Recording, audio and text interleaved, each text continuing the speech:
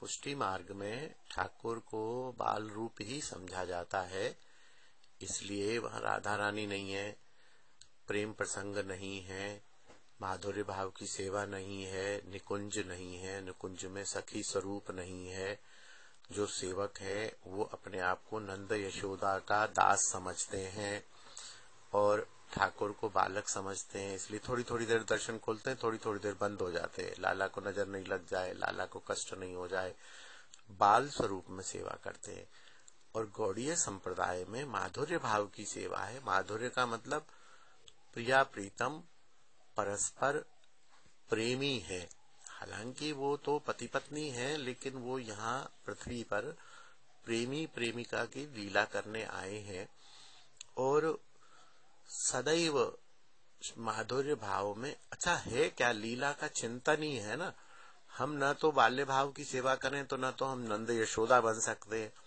नंद यशोदा सेवा कर रही हैं लाला की और हम सेवा में एक साधक रूप में खड़े रहते हैं, तो वहां हम नंद यशोदा के सेवक होते हैं, यहाँ हम सखियों के सेवक होते हैं। ठाकुर प्रिया जी को ठाकुर जी से मिलाने के लिए लाना है, तो उधर से ललता जी लेके आ रही हैं, इधर से कुछ ठाकुर जी के जो अंतरंग सखियां या सखा हैं वो ले जा रहे हैं और हम लोग उसका चिंतन कर रहे हैं, हम लोग उसको देख रहे हैं। श्रृंगार यहाँ श्री विग्रह सेवा में भी प्रिया और प्रियतम विराजे है और हम चिंतन कर रहे हैं, तो कभी हमको लग रहा है कि ठाकुर जी राधा जी को छेड़ रहे हैं, कभी राधा जी ठाकुर जी को छेड़ रही हैं।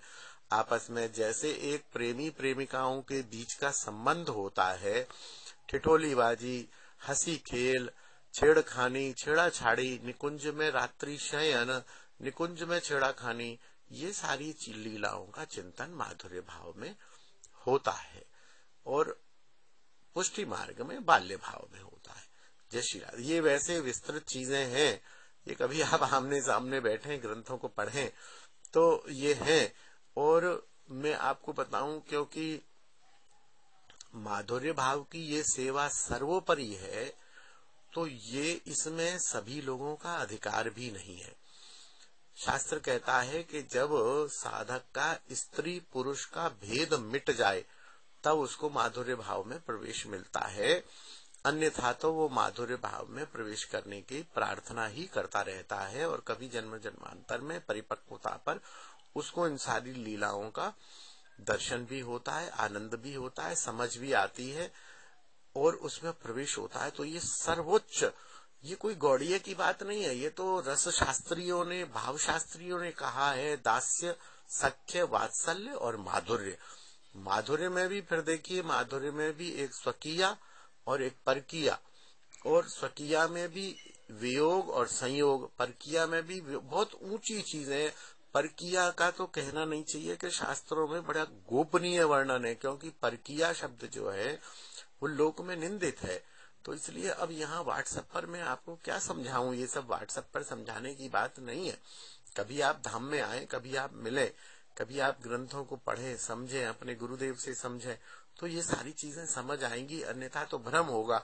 और देखिए, आपको जैसे हो ना प्रश्न पर प्रश्न, प्रश्न पर प्रश्न, प्रश्न पर प्रश्न उठते चले जाएंगे।